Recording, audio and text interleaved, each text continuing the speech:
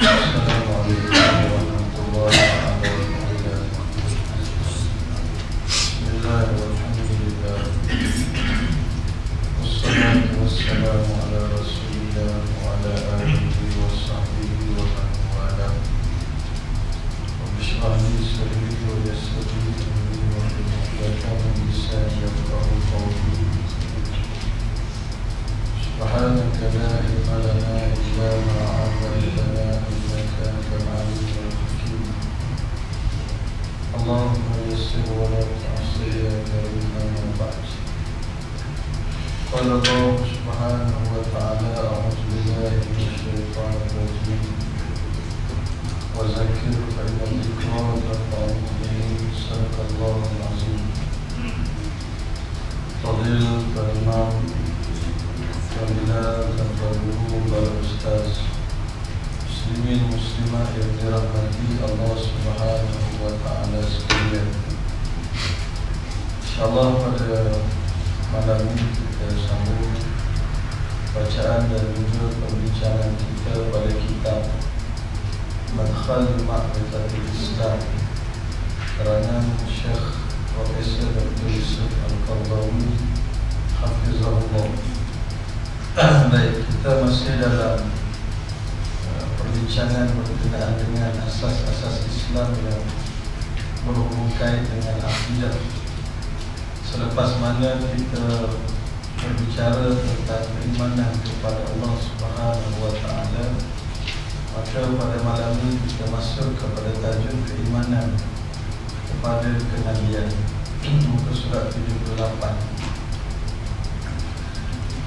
Iman kepada kenabian bukanlah satu perkara yang pelik setelah beriman kepada kesempurnaan Allah, hikmah Allah, rahmat Allah, penjagaan Allah dan pentadbiran Allah Subhanahu wa taala terhadap alam serta pemuliaannya, yakni pemuliaan Allah terhadap manusia. Bahkan keimanan kepada Nabi adalah cabang kepada keimanan kepada Allah Subhanahu wa taala yang tidak dapat dibeli. Jadi bila kita sebut keimanan kepada kenabian, ia bukanlah sesuatu yang pelik, bukanlah sesuatu yang baru, bahkan ia datang secara beriringan. Ya, hatta kita mengaji dalam bab akidah umpamanya, bila mengucap mesti dengan dua kalimah syahadat. Tak dikira Islam bila dia hanya mengucap Allah Ta'ala sahaja dan dia tidak sebut tentang Nabi Sallallahu Alaihi Wasallam. Bahkan boleh gugur akidah orang yang menolak Nabi Muhammad Sallallahu Alaihi Wasallam. Yang timbul yang kita sebut golongan ahli hadis dan sebagainya, yang hanya berpegang dengan Allah Ta'ala sahaja, menolak kenabian, maka rosak dia punya akidah. Maka tidak pelik bila mana disekalikan keimanan kepada kenabian ini bersekali dengan keimanan kepada Allah Subhanahu wa taala. Tidak pernah Allah Ta'ala mencipta manusia serta menundukkan semua isi alam kepada manusia, kemudian Allah meninggalkannya terumbang-ambing tanpa sebarang petunjuk. Bahkan menjadi sebahagian daripada kesempurnaan hikmahnya, yakni hikmah Allah, Allah memberi petunjuk kepada manusia jalan ke akhirat, seperti mana Allah Ta'ala memberi petunjuk kepadanya jalan kehidupan dunia. Allah juga menyediakan bagi manusia bekalan kerohanian, sebagaimana Allah Ta'ala juga menyediakan bagi manusia bekalan kebendaan. Lantas sekalian, Allah Ta'ala ciptakan manusia pertamanya seperti yang kita selalu sebut, selalu ulang-ulang. Penciptaan manusia atas dunia ini bukannya saja-saja. Ini kena faham. Dan Allah Ta'ala pun bertanya dengan suatu pertanyaan yang dalam bentuk nak memberikan teguran kepada manusia. Apakah kamu mengira kami bangkitkan kamu sekadar seronok-seronok sahaja. Apa hasil itu? Annama khalaqnakum abasa. Apakah kami kira kami saja-saja cipta kamu tanpa ada apa tujuan, apa matlamat? Wa annakum ilaina la turja'un. Bahkan kamu tidak dikembalikan kepada kami. Jawabnya tidak. Allah Ta'ala bila ciptakan manusia, ada matlamat yang mesti difahami oleh manusia.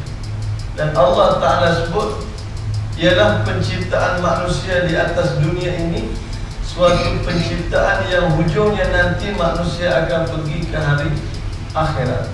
Dan tentulah bila pergi ke hari akhirat, pergi dengan selamat. Dan nak selamat macam mana kalau tidak ada panduan? Maka Allah Ta'ala utuskan Nabi Sallallahu Alaihi Wasallam sebagai panduan kepada umat manusia, mengajarkan agama kepada umat manusia, mengajarkan Islam kepada umat manusia.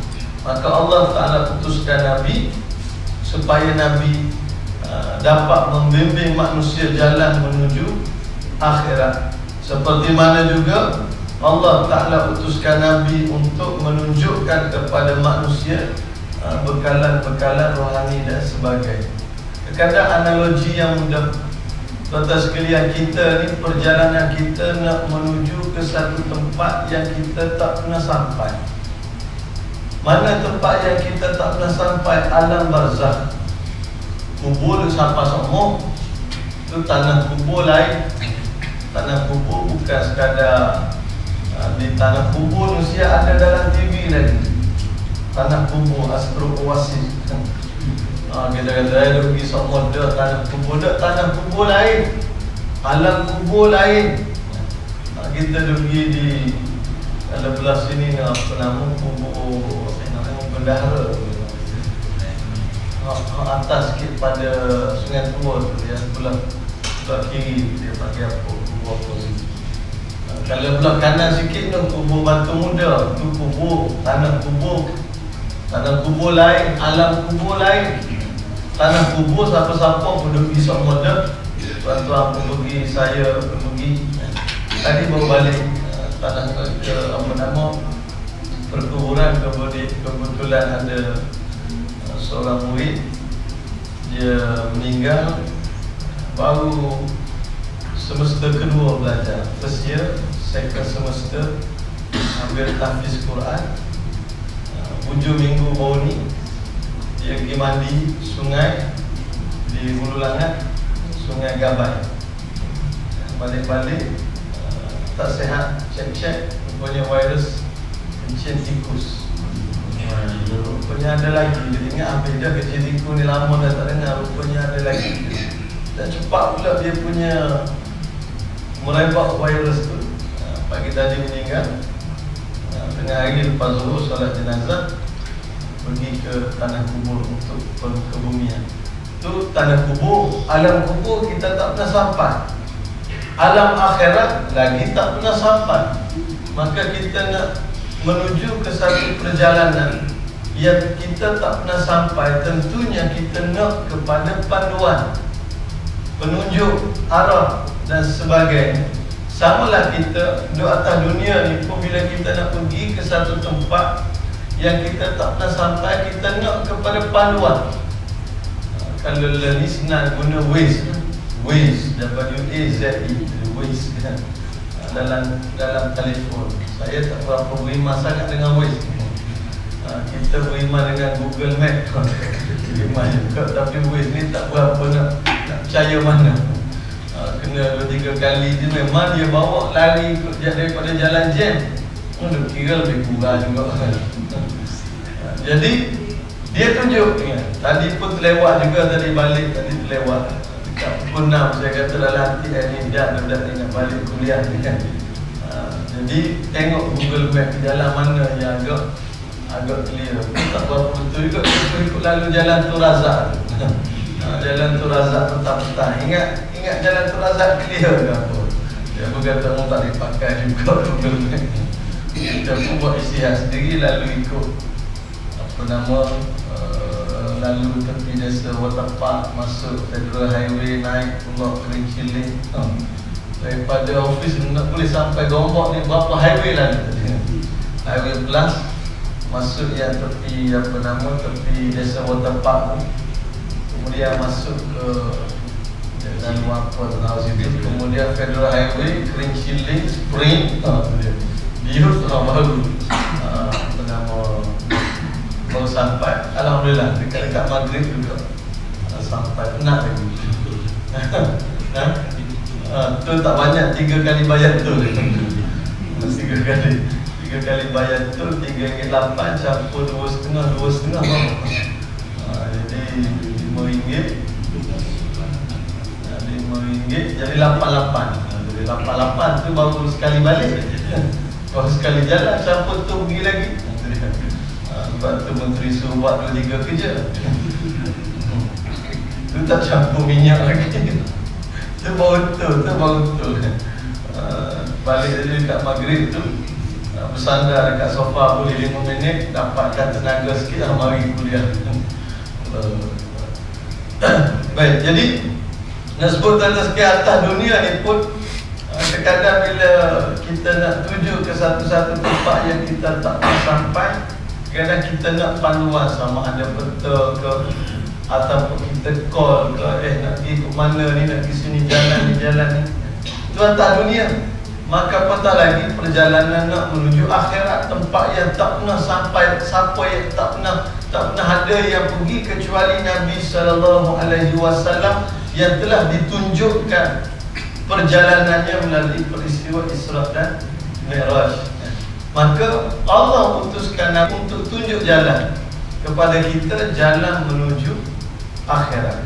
Betul, untuk guru, untuk alim dia selalu ajar kepada kita. Nabi SAW datang atas muka bumi ni bukan nak ajar buat benda-benda duniawi. Hak duniawi ni orang reti sendiri.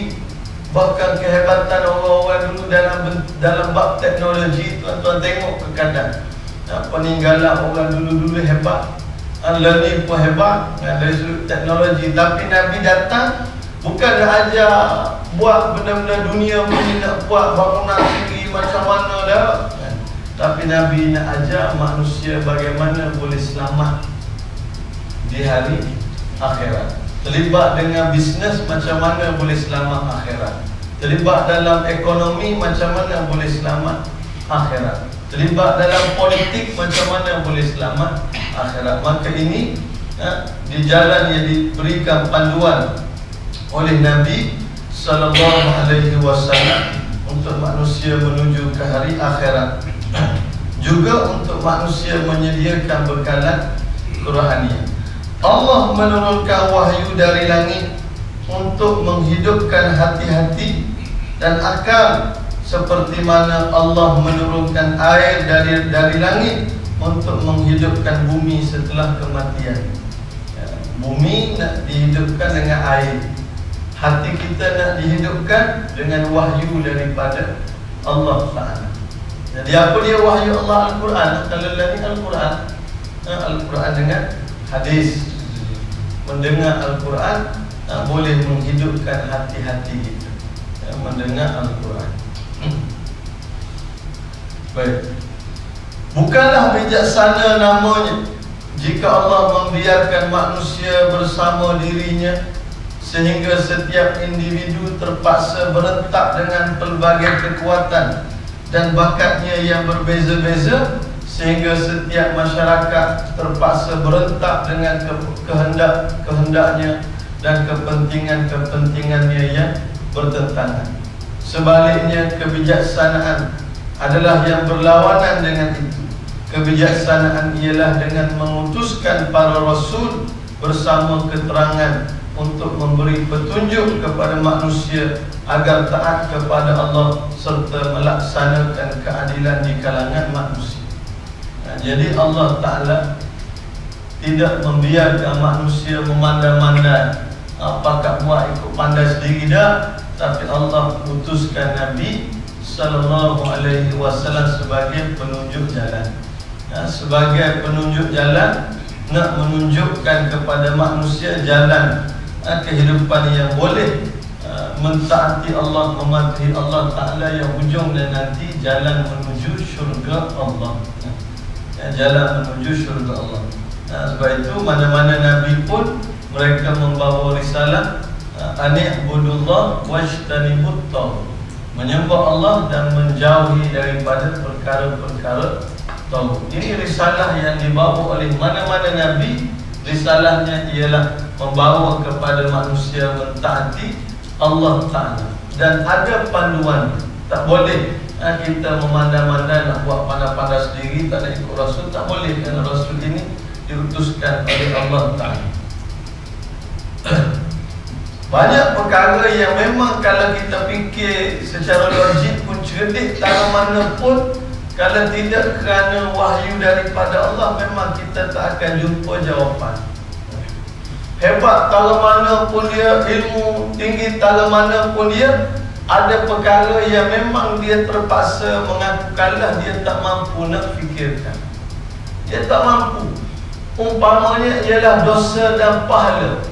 Hak ni marilah ahli sains yang hebat tak mana ke, profesor tak mana ke, nak kaji dosa, nak kaji pahala, buang masa. Tak boleh nak kaji, memang tak boleh nak kaji. Ada pun benda-benda lain, nak kaji kuman ke, nak kaji penyakit ke, itu boleh. Nak kaji sel manusia ni apa, boleh. Tapi nak kaji dosa, nak kaji pahala, memang tak boleh.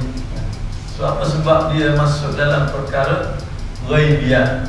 Dia masuk dalam perkara ghaibiyah. Cuma yang boleh bukan kaji, kita lihat sebagaimana Allah Ta'ala jelaskan, di sana ada beza orang yang ahli ibadat dengan orang yang tidak ahli ibadat. Orang yang dia taat kepada Allah, Allah Ta'ala sebut tarahum simahum fi wujuhihim min asari sujud. Orang yang banyak taat kepada Allah ini, dia punya tanda tu kita boleh nampak. Tuan-tuan pun rasa boleh tengok orang pun, sekali pandang boleh tahu dah ni jenis orang hubungan dengan Allah dia jaga. Ni tengok orang ni dulu, tengok pun nampak siapu, tahu dah semayang, apa-apa nak jaga. Kita boleh beza, boleh beza sekali pandang kita boleh tahu dah. Maknanya orang yang jenis taat kepada Allah, orang yang tak taat kepada Allah.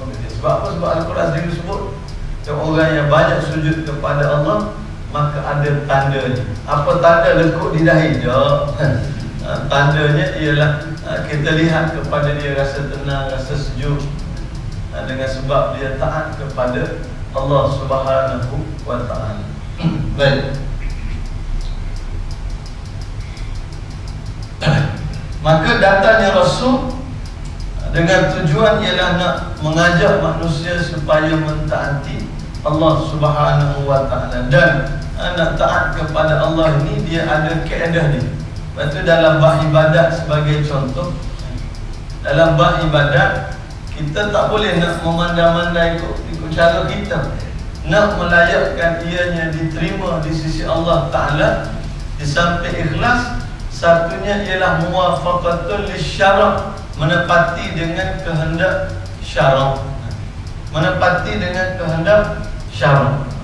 Kita umpamanya, kita kata dalam bab semayang, dalam bab semayang contoh, kita kata Allah nak semayang, rajin sangat dia, mari rajin nak semayang.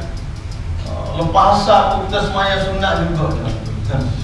Lepas asar pun semayang sunat juga, rajin punya pasal.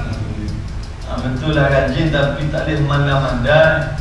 Lepas asar dah dalam agama kata tak ada solat sunat, tak perlu nak semayang sunat lah. Mari bulan Ramadan umpamanya kita puasa rajin sungguh, dah punya semangat nak puasa 6, 1 Syawal pun kira puasa dah. Oh bagus, rajin ya. Oleh raya dia, apa raya dah, saya dah start puasa 6. Rajin.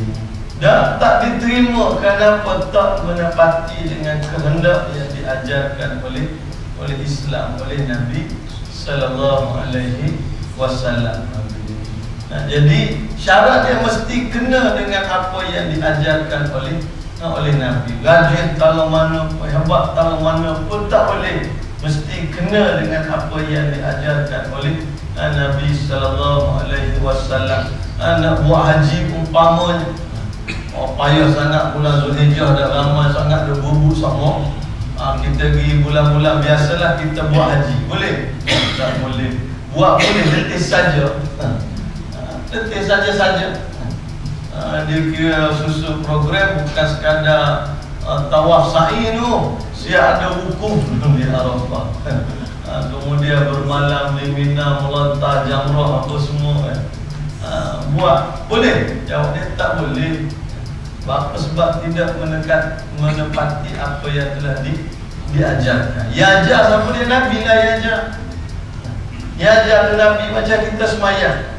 Kata sekalian, kita diajar oleh Allah kena semayang. Allah Ta'ala kata kau kena semayang. Wa aqimus salat. Jadi kita semayang ni tak boleh nak pandai-pandai kita nak semayang. Maka kita semayang ikut kaedah yang diajarkan oleh Nabi sallallahu alaihi wasallam. Itu dia. Jadi Nabi ajar kepada kita bagaimana nak mentaati Allah Subhanahu wa taala.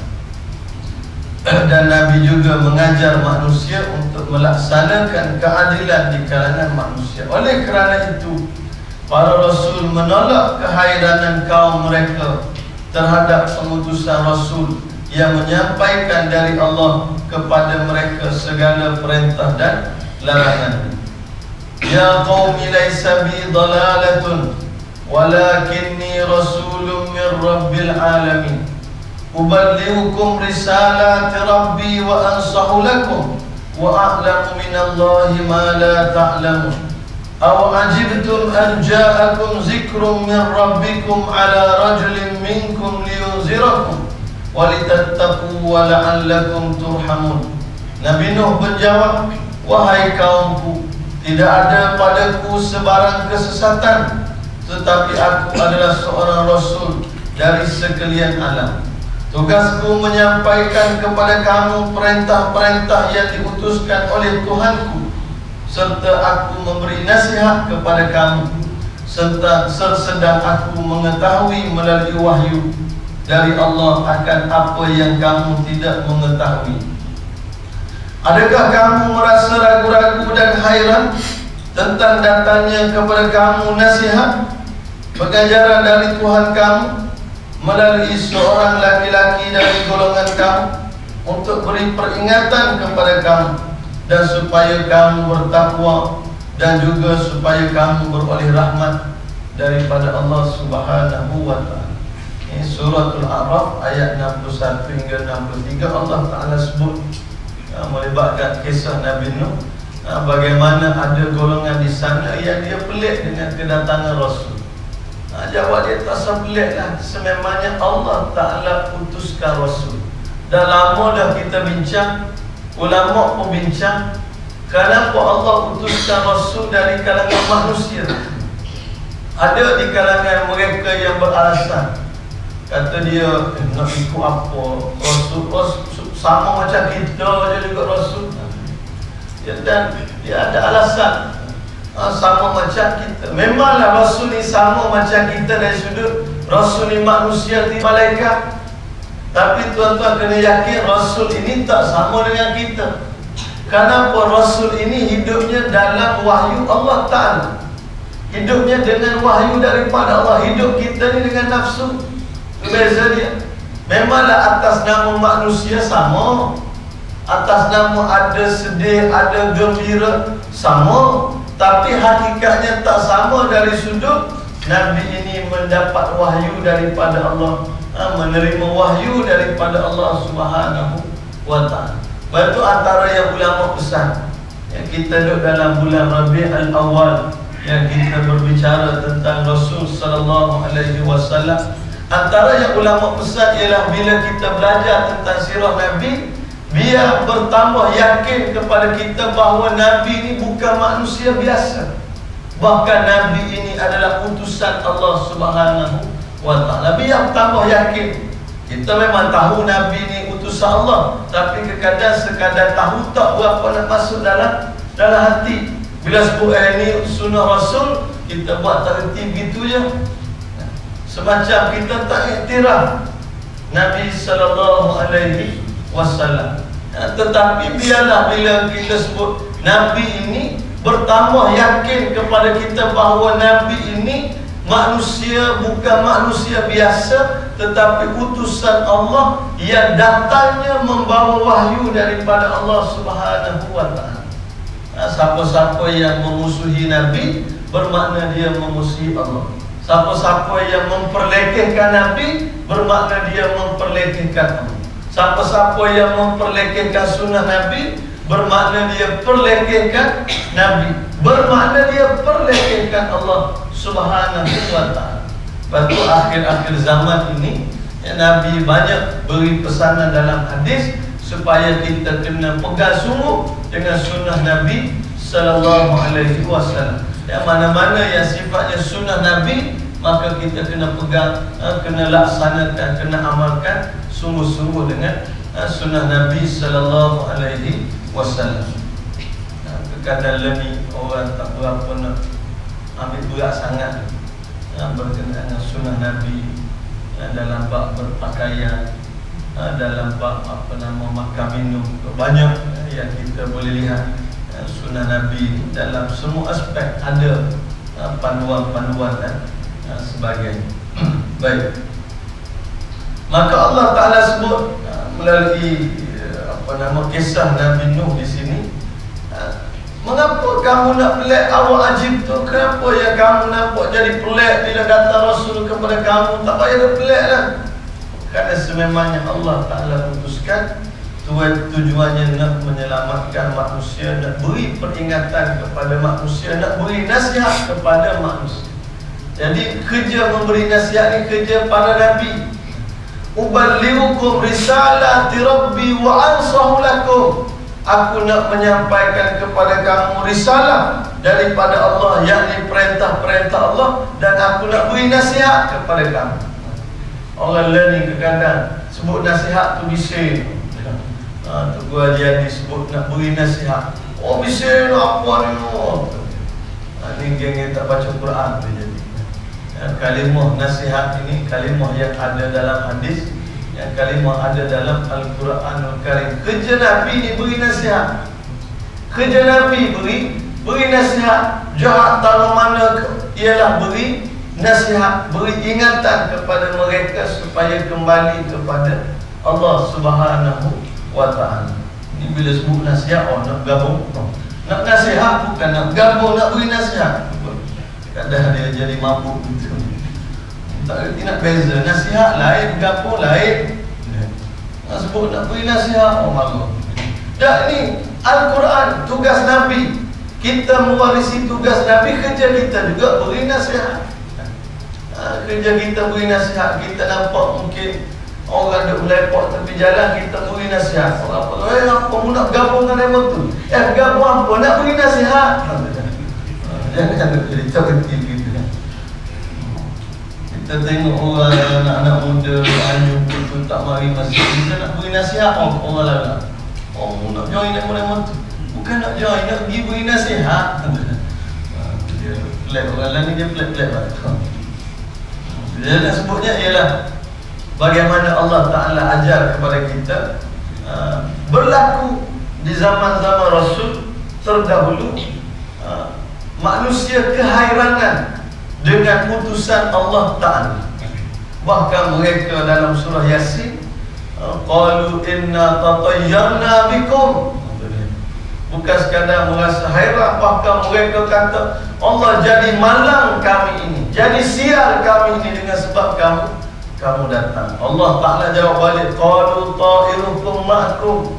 Ya sial itu, yang malang itu kamu. Sebab apa? Dapat wahyu kamu tolak, datang perintah Allah kamu pinggirkan, maka yang malang itu kamu. Bukan sebab kami datang. Dia datang dalam surah Yasin ya tuan-tuan pembaca tu,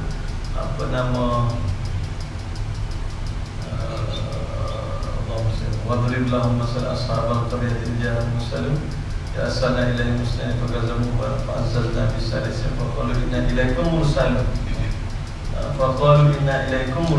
qalu ma antum illa basharun misluna. Dia takwil, Kamu nak dakwah apa? Muka orang lain basyarun misluna. Kamu ni sama macam kami je, nak dakwah apa je. Wa ma'azal rahman min syai'in antum illa takzibun. Ada yang jadi dia kira kalau sama manusia, dia petikai pula apa lebihnya illa basyarun misluna, sama macam kami je, nak dakwah apa. Kalau mari Nabi jadi malaikat, alah salah pula. Oh tak apalah dia malaikat, bolehlah dia. Ada tak kena berlaku perangai manusia. Bahkan tugas Nabi itulah tugasnya menyampaikan. Baik. Al-Quranul Karim menyebut ketika menolak keengganan kaum musyrikin menerima risalah Muhammad sallallahu alaihi wasallam dalam surah Yunus, akana linnasi ajaban an auhayna ila rajulin minhum an anzirin nas wa basyiril ladzina amanu anna lahum qadama sidqin inda rabbihim qala al-kafirun inna hadza la sahirun mubin. Tidaklah patut adanya pada manusia yang ingkar itu perasaan hairan disebabkan kami telah wahyukan kepada seorang lelaki dari jenis mereka, yakni Nabi Muhammad sallallahu alaihi wasallam, dengan berfirman kepadanya, berilah amaran kepada umat manusia yang ingkar dengan balasan azab, dan sampaikanlah berita yang menggembirakan kepada orang-orang beriman bahawa bagi mereka ada persediaan yang sungguh mulia di sisi Allah Subhanahu wa taala disebabkan amal soleh yang mereka kerjakan. Setelah Nabi Muhammad memberi amaran dan menyampaikan berita yang mengembirakan, berkata orang-orang kafir yang merasa hairan itu, sebenarnya ini ialah sihir yang terang nyata. Inna haza lasahirun mubin. Ini yang berlaku, makna orang rasa pelik dengan kebenaran, rasa pelik dengan kebenaran, maka itu benda yang mengulangi apa yang telah berlaku kepada Nabi-Nabi terdahulu.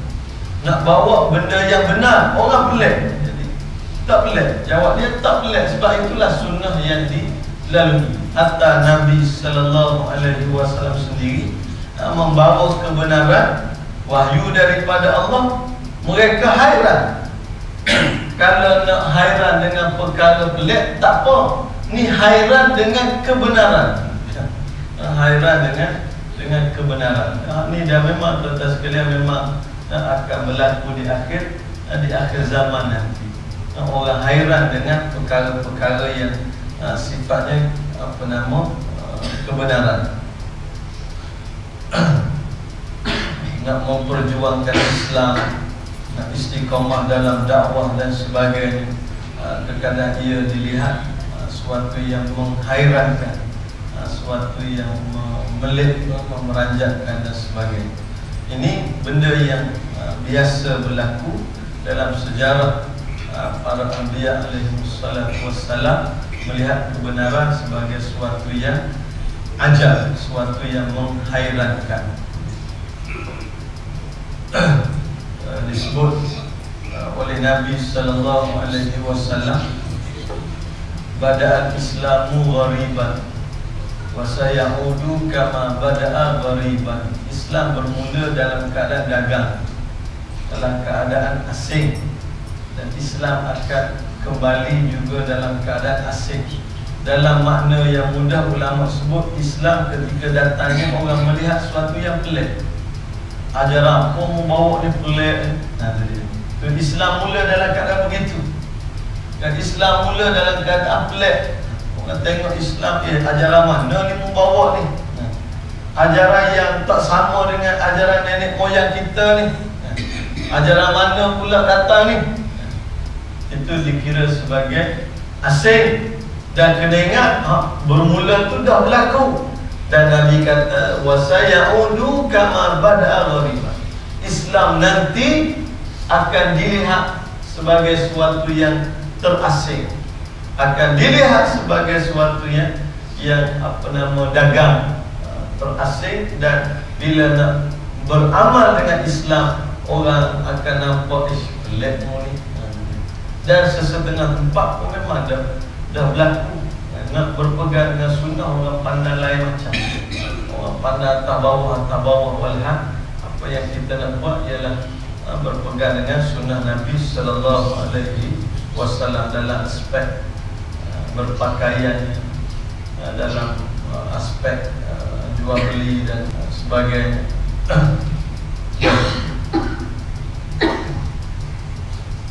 Maka itu yang berlaku, bagaimana adanya kehairanan dalam menerima kebenaran. Adanya kehairanan dalam menerima kebenaran.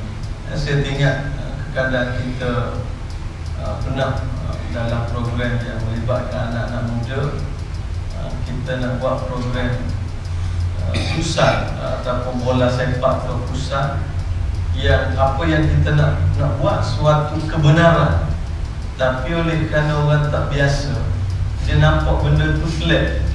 Umpamanya tuan-tuan tak akan jumpa dalam syarat nak main bola ada tulis pakaian mesti menutup aurat. Kejohanan bola sepak 19.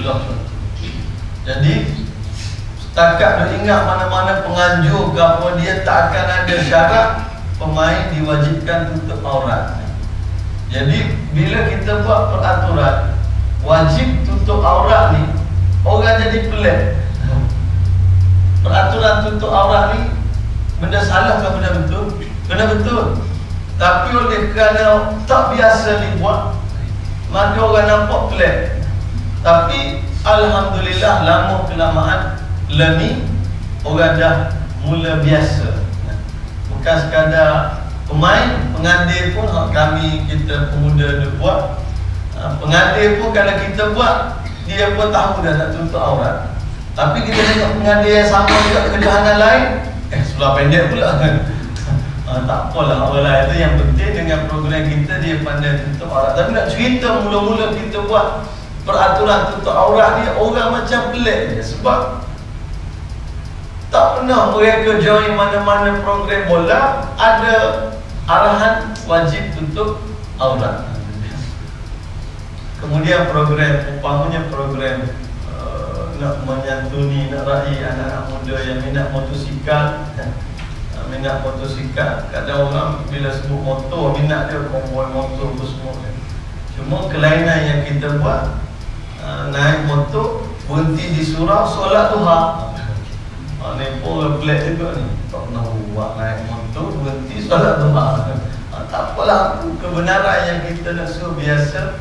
Suruh biasa. Jadi alhamdulillah, suatu yang benar, tetapi kerana lama tak dibuat, kadang melihat ia sesuatu yang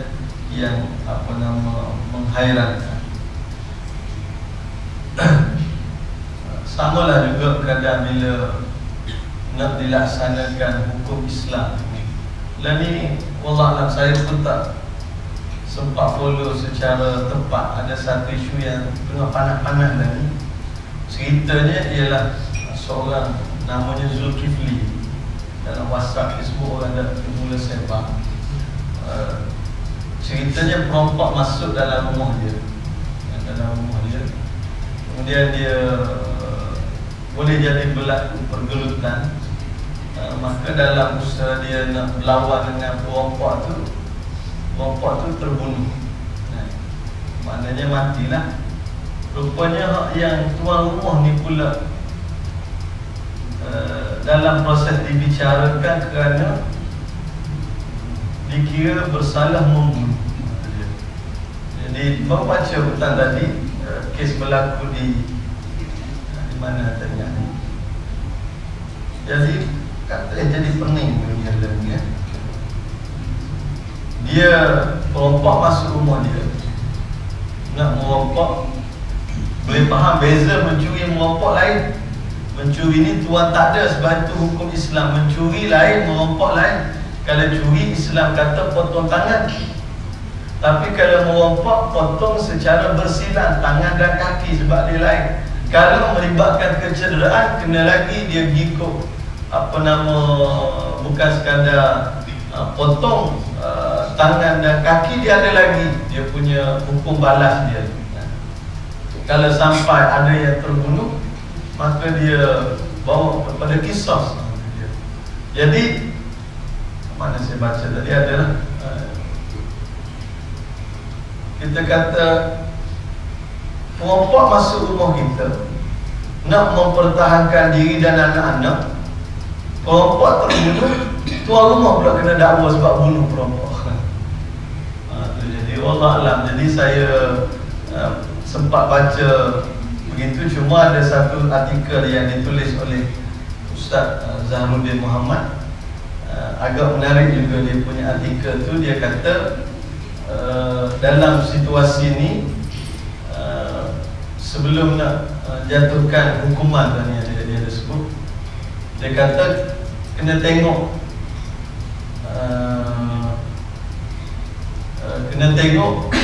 pembunuhan terhadap perempuan tu berlaku dalam keadaan yang macam mana. Contoh dia kata ni ya. Dia kata sebab hukum Islam ni dia berbeza-beza. Contoh, kalaulah perempuan tu dibunuh dalam keadaan perempuan telah ditangkap dan diikat, kemudian dibunuh oleh tuan rumah, maknanya dia dah tangkap dah, diikat, kemudian tuan rumah dibunuh. Itu di kes satu kes. Ataupun yang keduanya, perempuan dibunuh ketika berlawan dengan tuan rumah. Maknanya kalau tuan rumah tak bunuh, boleh jadi tuan rumah tu mungkin dibunuh.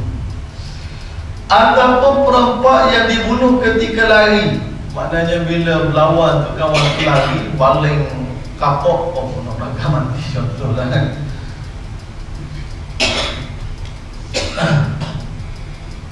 Ataupun perempuan yang tersalah bunuh oleh tuan rumah, seperti menembak senapan patah untuk beri amaran. Tembak nak beri amaran, tengok kena sungguh. Itu contoh keadaan-keadaan yang berlaku yang perlu diteliti untuk diberikan judgement. Maknanya dalam Islam pun ada. Jadi dalam kes apa yang berlaku kepada Zulkifli ni, jadi tak tahu dia bunuh perempuan tu dalam kondisi yang mana. Jadi itulah yang sedang dibicarakan kalau kalau tak kena gaya, dia selaku tuan rumah yang nak pertahankan anak-anak apa semua, dia pula mungkin dibicarakan di bawah section 304 hukuman gantung kalau tak silap. Allah Akbar. Jadi wallah alam, kita pun tuan-tuan boleh cuba follow lah dia punya ni. Saya baru baca ini. Tuan rumah mempertahankan diri daripada perempuan terbunuh, tuan rumah kena dakwa. Kan macam yang PPIM juga, dunia lain kan hebat. Kawan tu pergi nak bela pembeli yang ditindas sebab peniaga tipu apa semua, akhirnya ni pula kena tangkap. Kompleks Kota Raya tu kan. Jadi dunia terbalik belakang. Memang inilah yang dalam hadis banyak sebut, yang akhir zaman ni orang jahat dimuliakan, orang baik pula akan dihukum. Itu tanda akhir zaman. Dan memang kita dalam akhir zaman. Itu yang antara orang kuat PPIM, Persatuan Pengguna Islam, dia kata mempertikaikan tindakan pihak keselamatan, pihak polis. Kenapa tangkap orang yang nak membela orang yang ditipu? Patut yang tangkap yang menipu, tapi yang ditangkap yang nak bela orang yang ditipu. Jadi ada yang PPIM yang buat serbuan ke Kompleks Kota Raya tu, ada seorang atau dua orang kena tangkap. Sebabnya dia buat serbuan ke Kompleks Kota Raya nak membela beberapa mangsa yang ditipu oleh peniaga di situ. Jadi dalam ni orang nak buat baik pun jadi payah. Lepas ni kalau berlaku kes gini, perempuan mari kat rumah nak bunuh balik, nak lawan dengan perompak, nak bunuh tak boleh dekat pula. Allah, alhamdulillah. Sebab itu sedang kita nak kena study betul-betul dalam situasi-situasi, kecuali kalau memang dah perompak dah kena tangkap, molek dah semua dah patutnya boleh sudah pada polis, kita pula geram tikam dia tu dia kira boleh disabitkan dengan salah membunuh. Tapi dengan dia pun pegang pagang, kita pun pegang pisau nak selamat diri, duk main nak tikam, pom kita tikam dia. Tiba-tiba kalau kita pula kena hukum, itulah kadang hukum yang ada dalam manusia ni boleh jadi dia tak ambil aspek tu, tapi yang akan berkira bila kita follow hukum Islam. Tuan-tuan boleh baca artikel yang agak panjang daripada Dr. Ustaz Zaharuddin Muhammad, menantu kepada Tuan Guru Haji Abdul Hadi Awang. Panjang. Dia tulis panjang dia punya artikel dia dengan dibawa hadis, pandangan-pandangan ulama dalam isu ini. Kalau saya boleh baca sedikit kesimpulan dia.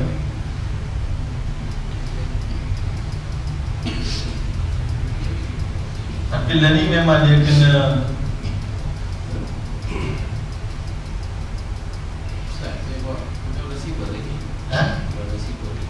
apa dia? Sibel lah, dia bicarakan mengikut sibel. Mana ada undang-undang syariah bicarakan kes jenayah. Lalu yang ada syariah untuk nikah kahwin ya. Wallahualam. Cuma yang adanya mungkin keluarga perompak tu wallahualam. Tapi itulah yang ada ceritanya. Mana tadi? Tuan-tuan boleh cuba rujuk artikel ni.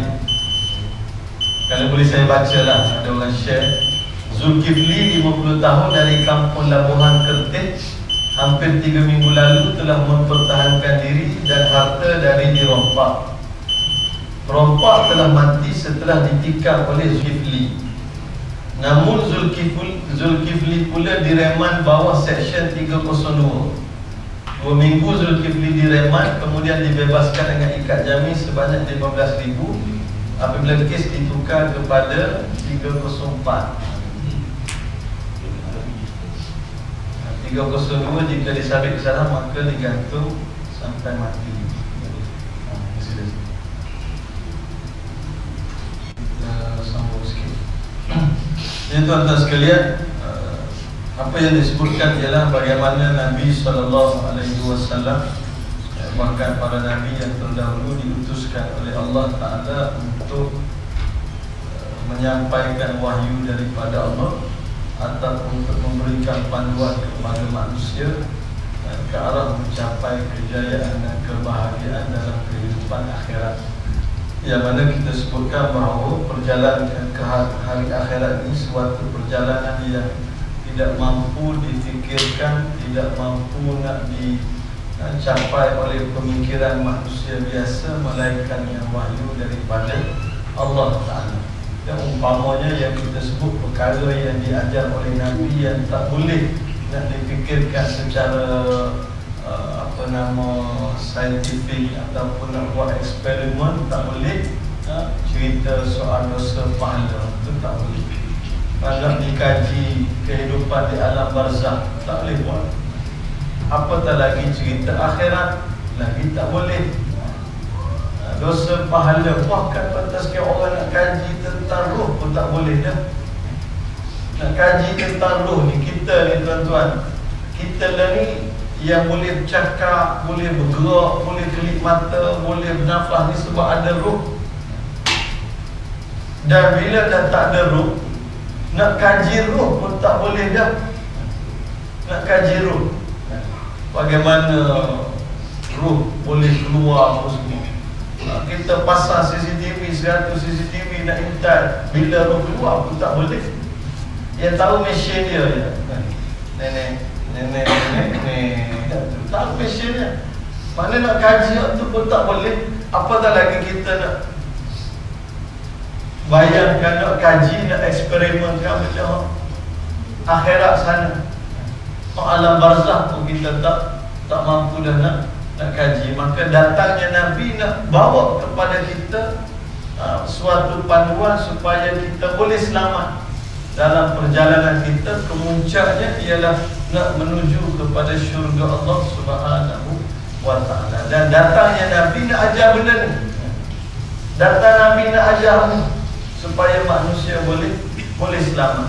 Jangan kita dalam suasana Maulidur Rasul, jangan sekadar kita seronok duduk berselawat saja, tapi kita tak melaksanakan apa yang diberikan panduan oleh Allah Subhanahu wa ta'ala. Baru ni saya dalam 2-3 hari lepas saya hadir satu ceramah Maulidur Rasul oleh apa nama satu surau. Ceramah tu memang bahasa sebenarnya memang sedap lah dia ceramah. Ceramah dia memang pandai lah dia dengan isu yang dia bawa. Dan betul lah dia kata kita dengan Nabi ni bukan selawat saja, tapi kita kena ikut Nabi ni. Nabi suruh kita kena buat apa semua kan. Jadi selesai ini masyarakat Indonesia, kawasan kami ni dia ramai kampung-kampung Indonesia. Dia habis makan apa semua, waktu nak balik kita perasan yang penceramah tadi